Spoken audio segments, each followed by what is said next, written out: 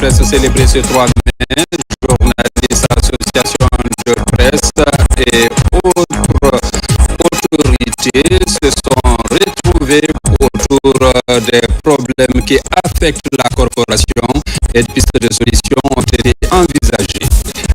Enrôlement biométrique des populations, la ministre de l'Enseignement technique et de la formation professionnelle est à Beila pour sensibiliser les populations sur le bien fondé de l'opération. Aminata Kaba a échangé avec les populations de Senko, Moustarou et Beila Centre. La rivière Kilisi de la préfecture de Kini a menacé d'extinction. L'agression du cours d'eau par l'urbanisation sauvage risque de faire disparaître cette source d'approvisionnement en eau potable des populations de la localité. C'est tout pour le titre. Une fois encore, bonsoir et bienvenue dans ce journal. Visite d'amitié au Rwanda. Son Excellence, le général Mamadi Doumbouya, a eu vendredi un entretien en tête-à-tête avec son homologue et frère, son Excellence Paul Kagame, avant de visiter la ferme de ce dernier. Au menu de leur discussion figuraient des questions cruciales touchant au partenariat bilatéral, à la paix et à la sécurité régionale, à l'intégration africaine, ainsi qu'aux grands enjeux liés au multiculturalisme et aux mutations géopolitiques globales. Compte rendu Oumar Bari. Dans le cadre d'une visite d'amitié, son Excellence le général Mamadi Doumbouya, président de la République, séjourne depuis le 1er mai 2025 à Kigali, capitale du Rwanda. Cette visite marque une nouvelle étape dans le raffermissement des relations entre Conakry et Kigali, deux capitales unies par une vision commune de développement durable et d'intégration africaine. Ce vendredi 2 mai, dès son arrivée, le chef de l'État, son Excellence le général Mamadi Doumbouya, a été chaleureusement accueilli par son homologue et frère, son Excellence Paul Kagame. Les deux chefs d'État ont eu un entretien en tête-à-tête dans la résidence privée du président rwandais à Kibuga-Buga, dans l'est de Rwanda. Autour d'un déjeuner à huis clos, en compagnie de la première dame de Guinée et celle du Rwanda, les deux dirigeants ont échangé sur de nombreux sujets stratégiques. Je voudrais rappeler que c'est sur l'invitation de son Excellence le président Paul Kagame que son Excellence le président de la République de Guinée, le chef de l'État, général Mamadi Doumbouya, effectue actuellement une visite d'amitié et de fraternité au Rwanda. Ces deux mots sont extrêmement importants. Il est venu quelques fois ici, mais cette fois-ci, c'est vraiment une visite de fraternité. Ces relations sont devenues des relations fortes, des relations fraternelles. Et cela influence directement les relations de coopération et d'amitié. Ils ont discuté, comme ça, durant cette visite, de tous les domaines. Le domaine économique, le domaine social, culturel et le domaine politique aussi. Le président a mis à jour le chef de l'État sur l'avancée du domaine politique et notamment les échéances électorales qui vont avoir lieu. Et le président Paul Kagame a félicité le chef de l'État, le président Doumbouya, pour la maîtrise avec laquelle il conduit cette refondation. Et il a aussi signifié que les bons économiques qui sont en train d'être faits, les infrastructures dans tous les domaines sont impressionnantes. Et il est toujours prêt à coopérer avec la Guinée dans ce domaine, à partager son expérience avec son frère. Ça a été une visite vraiment réussie, chaleureuse, fraternelle et amicale. C'est à bord de son véhicule personnel que le président Paul Kagame a conduit son autre frère, le président Mamadi Doumbouya, lors de la visite de sa ferme située dans le district de Bugesera, à 1 heure de route de Kigali. C'est dans cette vaste exploitation agricole, symbole d'innovation et de résilience, que les deux chefs d'État, en compagnie de leur épouse, ont passé en revue un cheptel impressionnant de vaches laitières appelé Inyambo et des autruches. Ces vaches, connues pour leurs majestueuses cornes et leur prestance, occupent une place centrale dans la culture rwandaise, où elle représente la richesse suprême, bien au-delà de la terre ou de l'argent. À travers cette visite hautement symbolique, le président Paul Kagame a tenu à exprimer son attachement à l'amitié qui lie la Guinée et le Rwanda, mais aussi à sceller un partenariat solide. Ce geste traduit la volonté partagée de bâtir des modèles de coopération sud-sud performants et respectueux des identités culturelles. Cette visite au Rwanda du chef de l'État, son Excellence le général Mamadi Doumbouya, s'inscrit dans la continuité d'une relation fructueuse entre les deux nations. Ce nouveau déplacement confirme la régularité et la densité des échanges entre les deux pays. En définitive, cette visite d'amitié renforce les liens entre Conakry et Kigali, tout en réaffirmant la convergence de leurs ambitions sur la scène continentale, celle d'une Afrique souveraine, unie, innovante et tournée vers un avenir de prospérité partagée.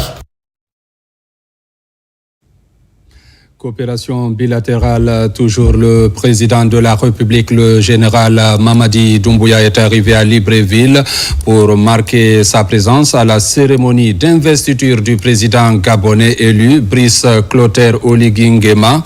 La communauté guinéenne résidant à Libreville, fortement mobilisée, a réservé un accueil enthousiaste et chaleureux au couple présidentiel. Reportage Oumar Bari. Le président de la République, son Excellence le général Mamadi Doumbouya, accompagné de la première dame Madame Lauriane Doumbouya, est arrivé ce samedi 3 mai 2025 à 10h23 heure locale, 9h23 GMT à Libreville, capitale de la République gabonaise. À son arrivée à l'aéroport international Léomba, le chef de l'État a été accueilli avec les honneurs par le Premier ministre gabonais Raymond Ndongue Sima au nom du président Brice Clotaire Oligui Nguema. Le cérémonial d'accueil s'est déroulé en présence du ministre guinéen des Affaires étrangères, de l'intégration africaine et des Guinéens établis à l'étranger, Dr Maurice Sanda Kouyaté, du conseiller à la présidence Ousmane Doumbouya, ainsi que du consul général de Guinée au Gabon. Au salon présidentiel de l'aéroport, le Premier ministre Raymond Ndongue Sima a adressé les salutations fraternelles du président Brice Clotaire Oligui Nguema à son Excellence le général Mamadi Doumbouya, saluant ainsi la présence du dirigeant guinéen à cet événement important pour le peuple gabonais. La communauté guinéenne résidant à Libreville, fortement mobilisée, a réservé un accueil enthousiaste et chaleureux au couple présidentiel. Les compatriotes ont réaffirmé leur soutien au chef de l'État, saluant les efforts engagés sous sa direction éclairée, notamment le programme hautement stratégique Simandou 2040.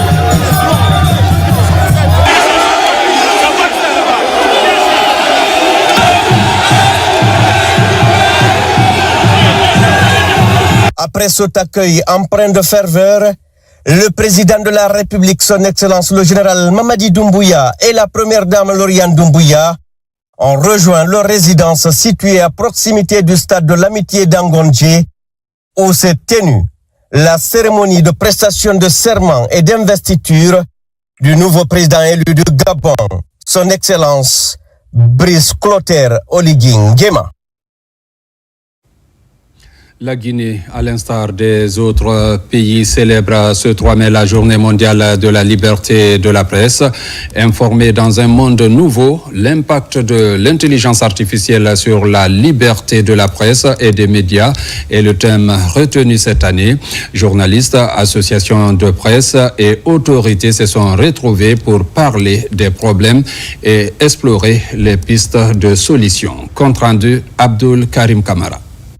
Dans un contexte de refondation, nombreux sont les Guinéens qui pensent que la responsabilité qui incombe aux journalistes est plus que jamais nécessaire. Le journalisme d'abord en tant que tel, c'est un métier qui est très noble. Et j'exhorte tous les journalistes d'être vraiment impartial, de ne pas surtout accepter de se glisser dans le jeu de la politique. La haute autorité de la communication profite de la célébration de la 32e journée mondiale de la liberté de la presse pour partager les mêmes soucis d'équilibre. Une manière d'interpeller la presse guinéenne à se souder davantage à une solide éthique, une rigueur intellectuelle et un engagement profond envers l'information. C'est une question de sécurité nationale. Là, on ne fouille pas.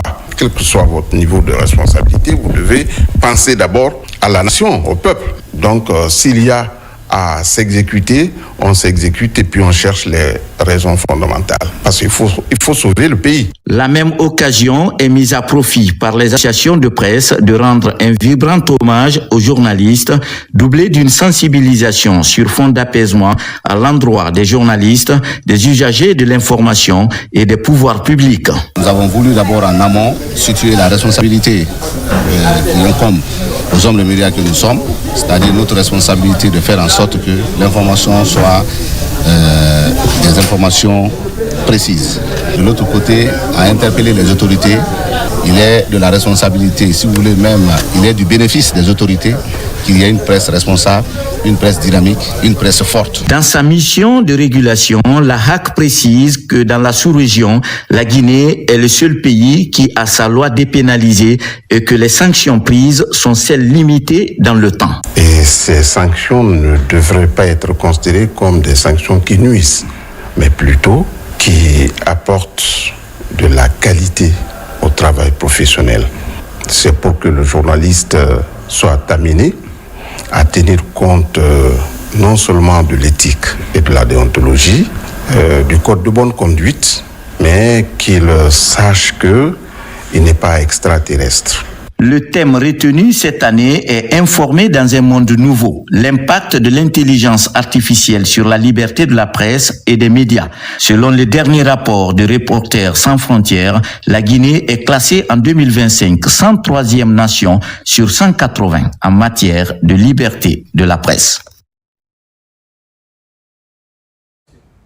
À l'occasion de la célébration combinée de la Journée internationale de la liberté de la presse ce 3 mai et de la Journée nationale de l'assainissement, l'Association des journalistes guinéens Amis de la Chine a organisé ce samedi une activité citoyenne et solidaire à l'hôpital de l'amitié sino-guinéenne.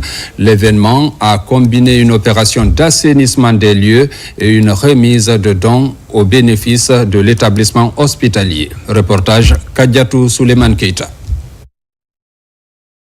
Les membres de l'association des journalistes guinéens Amis de la Chine ont procédé à une vaste opération de nettoyage des locaux extérieurs de l'hôpital de l'amitié sino-guinéenne. Cette initiative s'inscrit dans la volonté de la presse guinéenne engagée de contribuer activement au bien-être des populations. Que le programme prioritaire du président de la République, le général Mamadi Doumbouya, c'est Conakry ville propre. Donc nous, on a profité de venir à l'hôpital de l'amitié sino-guinéenne, qui est un véritable symbole de coopération pour assainir et faire un don.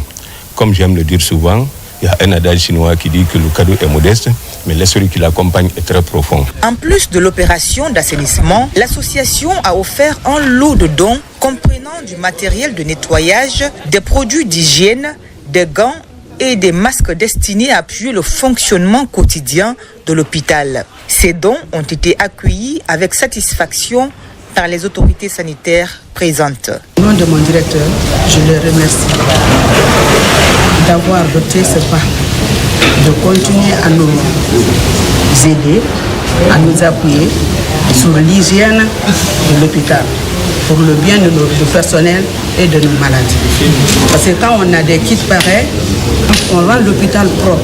À travers cette action, l'HGAC entend marquer son attachement aux valeurs de solidarité, de propriété urbaine et de responsabilité sociale, tout en promouvant les relations amicales entre les peuples guinéens et chinois.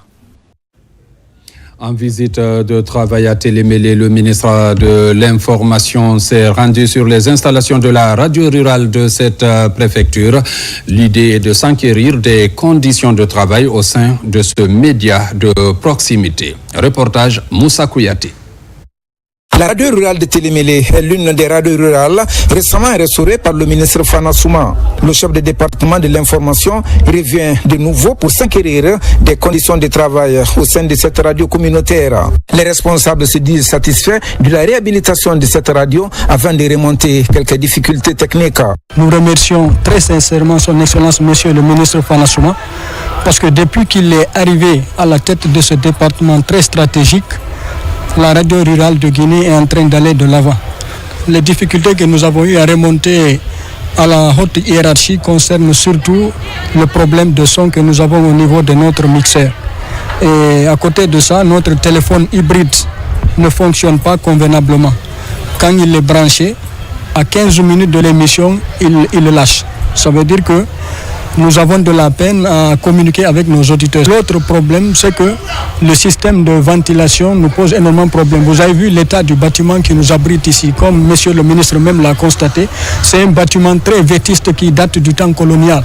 Le ministre s'est rendu ensuite au siège de la radio rurale de Télémélé en construction. Aujourd'hui, au-delà de la réhabilitation des radios rurales à l'intérieur du pays, nous sommes en train également de construire les sites des radios rurales. C'est très important parce que la plupart des radios rurales avant n'abritaient pas à leur site même. Donc l'État s'est engagé cette fois-ci à construire des bâtiments pour les radios rurales et en même temps les équiper et à renforcer également les capacités professionnelles des travailleurs des radios rurales. Donc nous sommes sur le terrain de visiter également nos actions qui sont sur le terrain et puis apprécier les travaux qui sont en cours. Le ministre Fana Souma a appelé les techniciens afin de résoudre toutes les difficultés techniques pour le bon fonctionnement de la radio rurale de Télémélé. Enrôlement biométrique, le ministre de l'administration du territoire poursuit sa supervision dans la préfecture de Sigiri. Après les sous-préfectures de Doko et Kourémalé, le ministre s'est successivement rendu à Franwalia et à Kintignan, deux communes rurales où le processus connaît un engouement spécifique en dépit des insuffisances signalées. Reportage Amadou Touré, Abdul Razak Souma. Franwalia, située à 45 km de la commune urbaine, est l'une des 20 sous-préfectures de Sigiri qui reçoit la mission de supervision de l'enrôlement biométrique. En dépit des travaux d'orpaillage traditionnels qui retiennent les populations, nombreux sont les citoyens qui sont venus écouter les mises au point du ministre Ibrahima Khalil Condé au sujet de l'enrôlement biométrique. Le ministre de l'administration du territoire et de la décentralisation se présente à Franwalia pour divulguer, pour vulgariser ce même message, pour dire aux citoyens, allez-y vous faire recenser et leur dire l'importance de ce recensement. Je crois que nous sommes rassurés encore dans notre message dans les différents districts. De Franwalia, la mission du parrain de la préfecture de Sigiri s'est rendue dans la sous-préfecture de Kintignan. Ici, le ministre a tout d'abord fait mention des 103 milliards de francs guinéens alloués par le gouvernement aux collectivités impactées par les exploitations minières dans le cadre du Fonds de développement économique local FODEL. Il y avait des problèmes auxquels on était confrontés, mais au jour d'aujourd'hui, on remercie Dieu parce que ces problèmes-là sont en train de se résoudre. Ils ont mis tout en œuvre pour que nous soyons dotés de ces documents, pour que nos frères et nos familles puissent être recensés. Hier, nous avons reçu des informations qu'il y a des kits manquants, n'est-ce pas, dans la sous-préfecture de Franwalia et dans la sous-préfecture de Tintignan. Nous avons ordonné à l'équipe de RAVEC, ils ont pris ces kits remplaçants alors pour venir déposer avant que nous nous présentons, pour ne pas que ça soit posé dans les doléances. Nous avons précisé également que les extraits de naissance numérisés, les extraits de naissance anciens, les jugements supplétifs anciens sont tous valables. En dépit de l'orpaillage artisanal très pratiqué dans la région, les communautés de Mandembere attachent du prix à ce programme de mise en place du numéro personnel d'identification NPI et du fichier électoral. Dans la préfecture de Beila, les localités de Moussadou et Senko, Aminata Kaba, dans une pédagogie adaptée, a fait adhérer les citoyens à ce programme de recensement. Partout, elle a mis l'accent sur l'importance des documents. Reportage Moussa Komara. En tournée dans la préfecture de Beila, comme marraine du recensement biométrique à vocation d'état civil, la ministre de l'enseignement technique de la formation professionnelle sensibilise la population à se faire recenser et de coopérer avec les agents déployés pour l'opération. C'est une histoire de la Guinée, ce n'est pas un problème d'une personne, ce n'est pas un problème du général Mamadi Doumbouya, c'est un problème de la Guinée tout entière. Il faudrait que les gens acceptent de venir se recenser. Parce que si aujourd'hui, vous avez vu le monde qui est sorti depuis qu'on est là à Beila, partout, tout le monde veut se faire recenser. Donc déjà, il faut que les gens acceptent à partir de 10 ans et continuent, les gens acceptent de se faire recenser. À Beila, la population est motivée à se faire recenser, mais la plupart ne possèdent pas encore d'extrait de naissance biométrique. Une alternative est trouvée pour se faire enrôler afin de ne pas rater cette occasion unique. Il nous a envoyé ceci, donc cela permet à toute personne qui n'avait pas d'extrait d'acte de naissance de remplir ça. On va envoyer à la commune, la commune va signer, et va envoyer ça aussi au niveau de la justice, au tribunal. Ils vont faire le jugement supplétif transcrit. Donc c'est sur base de ça nous allons enrôler les gens. Après Beila, Aminata Kaba et sa suite se sont rendus à Senko, une des plus grandes agglomérations de la préfecture. Dans sa prise de parole, elle a développé devant l'assistance que ce recensement n'est pas que politique. Il vise la création du registre national des personnes physiques et la mise à jour du fichier électoral. Le recensement nous permet aussi d'avoir les cartes d'identité biométriques. Le recensement aussi avec les cartes d'électeurs, ça nous permet aussi de postuler ici ces dossiers. Ce recensement permettra au gouvernement de planifier des actions de développement et de quantifier le nombre d'habitants par circonscription. L'implication de tous les citoyens s'avère importante. L'importance de cette campagne de recensement à vocation d'état civil est également rappelée aux populations de Dubreka par les ministres des Finances et de la Pêche. Les deux ont animé une sensibilisation sur le sujet. Le compte-rendu signé Mohamed Kourouma. Depuis le 15 avril 2025, le coup d'envoi du recensement biométrique des Guinéens âgés de 10 ans et plus a été lancé sur toute l'étendue du territoire national. Ici, dans la préfecture de Dubreka, c'est la ministre de la Pêche et de l'économie maritime et celui des Finances qui ont procédé au lancement officiel des opérations. Le général Mamadi Doumbouya avait développé la Guinée. Pour proposer le nombre des écoles à Dubreka, il faut connaître la population de Dubreka. Pour proposer les bureaux qui doivent être construits pour Dubreka, il faut connaître la population de Dubreka. La densité doit être connue. Vous allez convaincre vos citoyens de venir se recenser. Au cours de cette mobilisation de sensibilisation, les citoyens ont saisi l'occasion pour exprimer certaines inquiétudes face à la délivrance des documents. Cette activité républicaine découle de la vision de son Excellence le général d'armée Mamadi Doumbouya. De quoi s'agit-il? Premièrement, d'établir notre existence légale en tant que citoyen guinéen.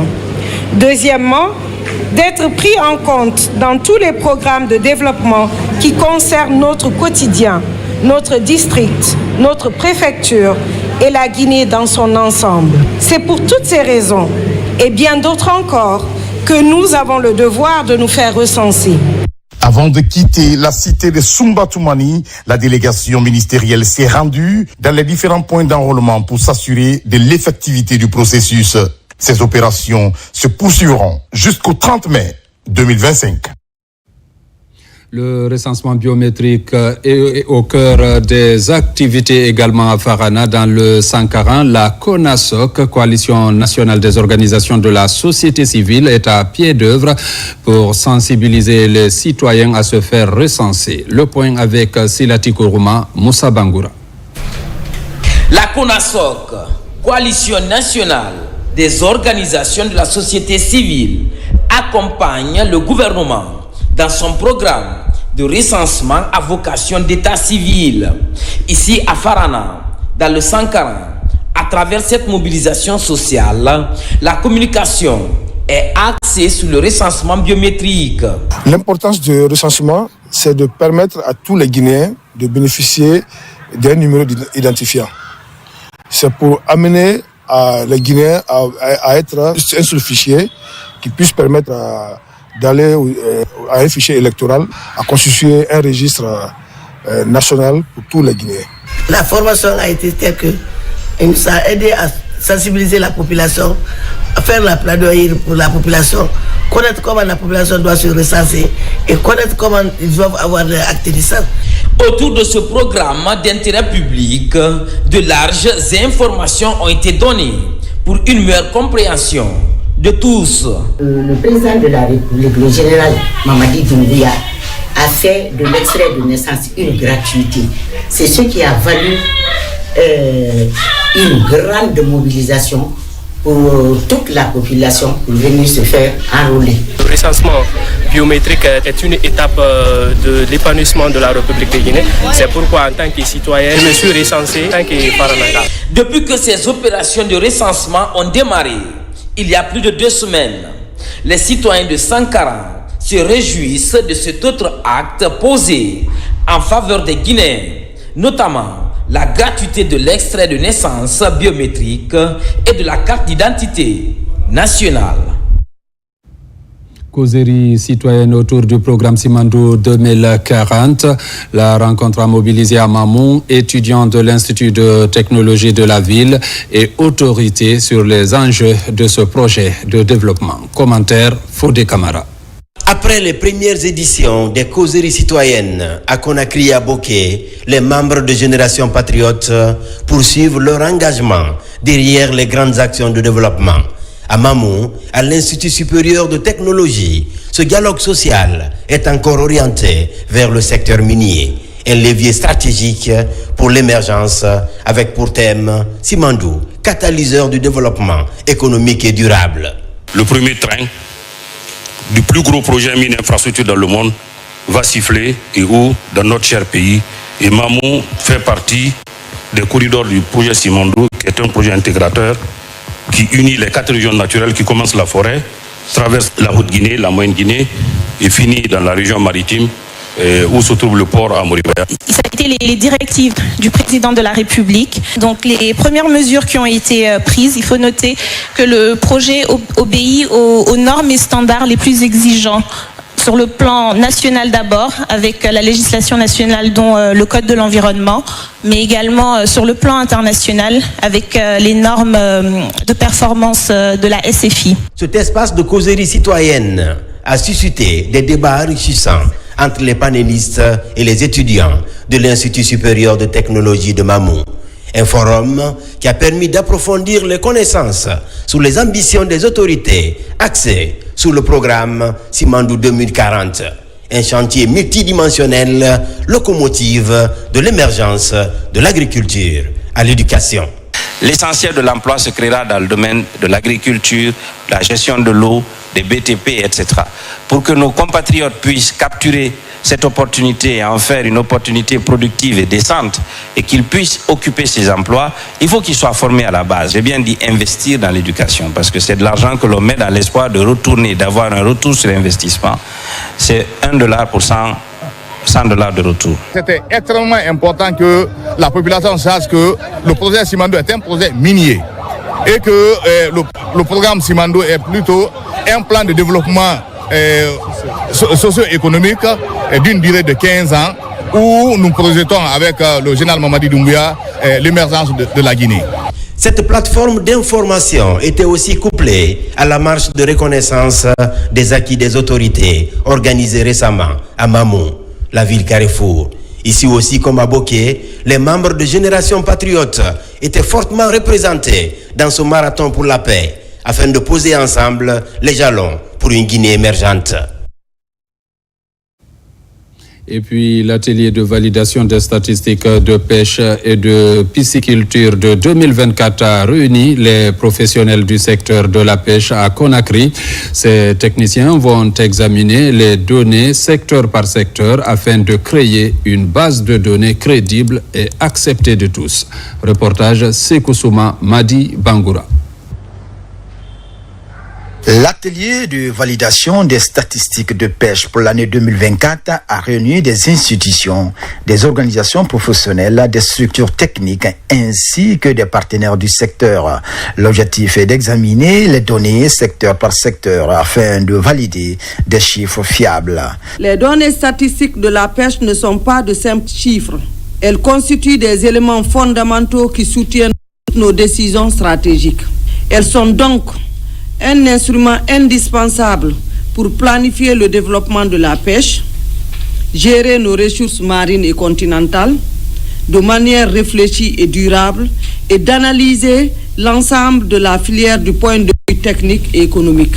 Représentante de la ministre de la Pêche et de l'Économie maritime, Rabiatou Diaby, la conseillère principale, a souligné l'importance de ces données statistiques pour le développement du pays. Cet atelier nous permet de faire la situation de l'état des stocks et aussi ça permet au ministère de définir la stratégie et d'élaborer le plan d'aménagement et de gestion des pêcheries. Les données qui seront présentées aujourd'hui, c'est avec l'effort de beaucoup de personnes, de ressources, les consultants et aussi les cadres du Centre national halieutique de Boussoura.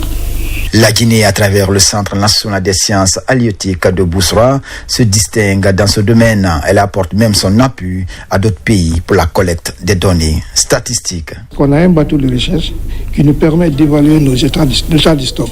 Et les autres pays dans la sous-région, ils n'ont pas ce bateau. Donc vraiment, le centre est bien positionné dans la sous-région en matière de collecte de données. Grâce au soutien constant des autorités depuis le 5 septembre 2021, des avancées notables ont été réalisées dans la modernisation et la valorisation de la pêche. La synergie des femmes d'affaires entrepreneurs viennent de réaffirmer leur soutien aux autorités de la transition. La cérémonie a été marquée par une caravane pour l'unité nationale et la projection du film sur les acquis du CNRD. Plus de détails avec Mohamed Trouakamara. Le groupement des femmes d'affaires de Guinée, en partenariat avec la synergie des femmes leaders, affiche à son tour sa volonté de soutenir les actions du président de la République, le général Mamadi Doumbouya. Toutes les femmes entrepreneurs, les femmes dans l'informel, pour soutenir les actions du président de la République. Proposer un livre blanc dans lequel nous avons énuméré nos attentes. Nous voulons effectivement être dans ce programme de Simandou 2040. Tous les invités de marque qui se sont déplacés pour nous accompagner, merci et merci au chef de l'État de nous soutenir et de soutenir notre esprit. Cette initiative traduit un soutien ferme aux idéaux de paix et de développement prônés par le chef de l'État, le général Mamadi Doumbouya, incarne également la volonté des femmes guinéennes de prendre pleinement part au combat collectif pour l'émergence du pays. Les femmes guinéennes, qui représentent plus de la moitié de la population, sont appelées à jouer un rôle décisif dans le devenir de notre nation. Notre mobilisation d'aujourd'hui s'inscrit aussi dans une dynamique historique. Le mois d'avril marque le 38e anniversaire du groupement des femmes d'affaires de Guinée et la 15e édition de la Journée nationale des femmes d'affaires et entrepreneurs. Sous le leadership éclairé de son Excellence le général Mamadi Doumbouya, cette vision projette notre pays sur la voie d'un développement durable, fondé sur la valorisation de nos ressources, le renforcement des infrastructures, la bonne gouvernance, la protection et la gestion durable de notre environnement et l'implication de toutes les forces vives de la nation. Au-delà de cette manifestation de soutien, ces femmes, véritables baromètres de la société guinéenne, font du recensement biométrique en cours une priorité nationale. Le Mosacode poursuit son engagement en faveur de la paix et de la continuité des actions du CNRD avec à sa tête le général Mamadi Doumbouya. Le mouvement vient de valider son antenne de télémélé. Reportage Bilkissou Kamara. Depuis l'arrivée au pouvoir du Comité national du Rassemblement pour le développement du CNRD, plusieurs initiatives concrètes ont été mises en œuvre à Télémélé. Le mouvement Gassaran Chérif, aux côtés des sages et ressortissants de la région, s'investit activement pour soutenir des actions du CNRD.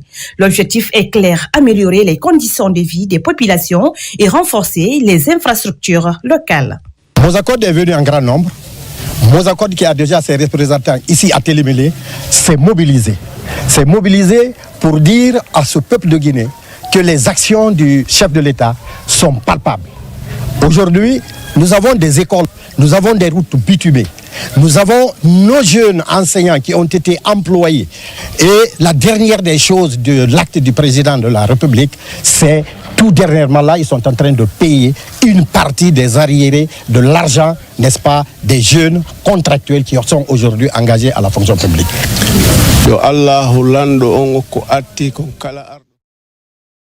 Nous soutenons le président Mamadi Doumbouya. Nous soutenons le développement. Il est venu pour le développement, qu'Allah accorde la bienvenue à toutes les personnes qui sont venues à Télémélé. Télémélé, c'est chez lui.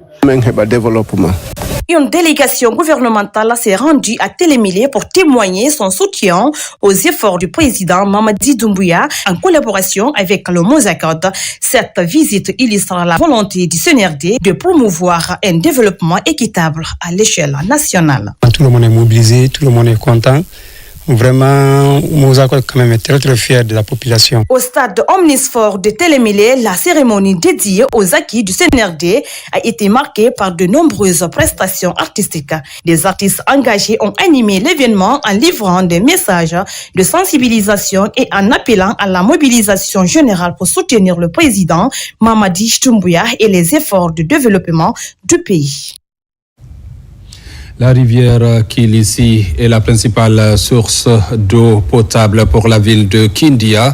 Jadis source intarissable, elle subit désormais une dégradation très poussée. Le constat avec Maïmouna Bella Diallo. Le cours d'eau de Kilissi, véritable poumon hydraulique de la ville de Kindia, est aujourd'hui en péril. Jadis source principale d'approvisionnement en eau potable, il est aujourd'hui menacé par plusieurs agressions humaines. Construction anarchique érigée à quelques mètres de son lit, bornes installées illégalement, activités agricoles intenses avec usage de produits chimiques, déforestation massive du bassin versant, sans oublier l'exploitation minière en pleine expansion. Dans ce contexte alarmant, les responsabilités sont partagées ou rejetées, mais l'urgence impose des mesures concrètes. Les gens qui se réclament coutumiers de ces terrains viennent donner les terrains maintenant aux gens pour dire que c'est tel alors qui m'a donné la parcelle, mais nous ne faisons pas de plan. Parce qu'on ne fait pas de plan de masse pour les hors lotis. Quand ils commencent les travaux seulement, les contrôleurs de la direction de l'habitat viendront bloquer le chantier. Nous sommes là pour prendre certaines mesures afin que le cours, n'est-ce pas, de Kilissi soit digne de nom. Au cours de cette rencontre, nous avons invité tous les services techniques concernés afin que nous puissions donner les mains pour sauver, n'est-ce pas, notre cours d'eau Kilissi. De 1972 jusqu'au début des années 2000, la Société des eaux de Guinée, SEG, exploitait sereinement l'eau de Kilissi avec un débit constant. Aujourd'hui, face à la dégradation avancée du cours d'eau, les acteurs du secteur s'accordent à chercher des solutions durables. Si vous voyez que la SEG apporte les factures, distribue de l'eau à la population, c'est parce que ces cours d'eau existent. Mais si nous perdons ces cours d'eau de Kilissi, ça veut dire qu'on n'aura pas le nom de la SEG de Kindia. Donc au jour d'aujourd'hui, nous travaillons avec beaucoup de partenaires, Guinée 44, pour maintenir toujours la SEG en vie.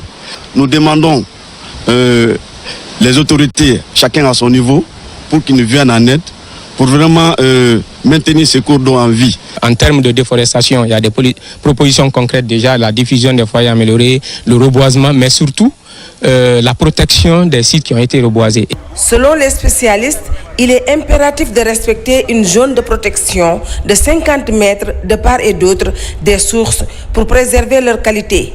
C'est dans cet esprit qu'une rencontre a été initiée et financée par l'ONG Guinée 44. Il faut rappeler que le choix de Kilissi comme zone prioritaire d'intervention s'inscrit dans la dynamique impulsée par le chef de l'État. Lancement des 72 heures du livre. Ce rendez-vous annuel est aussi un rendez-vous de découverte des nouveaux talents. Aujourd'hui, dans cette édition, nous vous présentons un autre ouvrage. C'est celui qui est écrit par Dr Mouniour Chérif, administrateur territorial. Le livre s'appelle « Préfet en zone minière, expérience de Fria ». La présentation est signée Alpha Yassila. Ce livre, intitulé « Préfet en zone minière, expérience de Fria », est un ouvrage inédit sur le vécu d'un administrateur territorial à une période politique pleine d'incertitudes. Ce livre, de plus de 200 pages présenté au public, parle essentiellement de l'aptitude d'un gestionnaire de collectivité confronté à la dure réalité du terrain. C'est autant la fonction de préfet qu'il est important que les citoyens sachent que les épreuves qu'endurent les préfets qui vivent en zone minière, ce qui se passe le plus souvent dans cet environnement, ce sont souvent des conflits difficiles, des conflits sociaux, des conflits entre communautés et compagnies minières, mais dont les conséquences offrent leur coût au préfet. Et quand ça arrive ainsi, c'est lui qui en fait les frais, et au jugement, le préfet n'a souvent pas raison. Parce que soit il est sanctionné, soit il est démis de ses fonctions. Préfacé par un autre administrateur de renom, Abou Chéri Camara, ce livre est une sorte de mémo d'une période tumultueuse pour un jeune cadre déterminé à réussir sa mission. C'est une école pour chacun de nous, c'est une école pour tous les cadres de l'administration afin de s'inspirer de son exemple et savoir comment il faut diriger, il faut commander dans l'administration territoriale et comment il faut savoir se mettre à la disposition de son pays. Ça m'a fait du plaisir donc d'être aujourd'hui ici avec lui et surtout d'apprécier, n'est-ce pas, l'œuvre qu'il a produite. Parlant de l'exercice du préfet, le préfet est un agent de développement. C'est une autorité administrative territoriale qui obéit à une éthique et à une déontologie. C'est ce que nous retrouvons dans son livre et c'est ce qui nous satisfait. Le livre Préfet en zone minière, expérience de Fria, vient s'ajouter à la longue liste d'ouvrages littéraires rangés désormais dans les espaces de vente. Mesdames, Messieurs, c'est la fin de cette édition. Merci à vous qui nous suivez du côté de Libreville comme partout ailleurs dans le monde. Bonne suite de programmes sur la télévision nationale.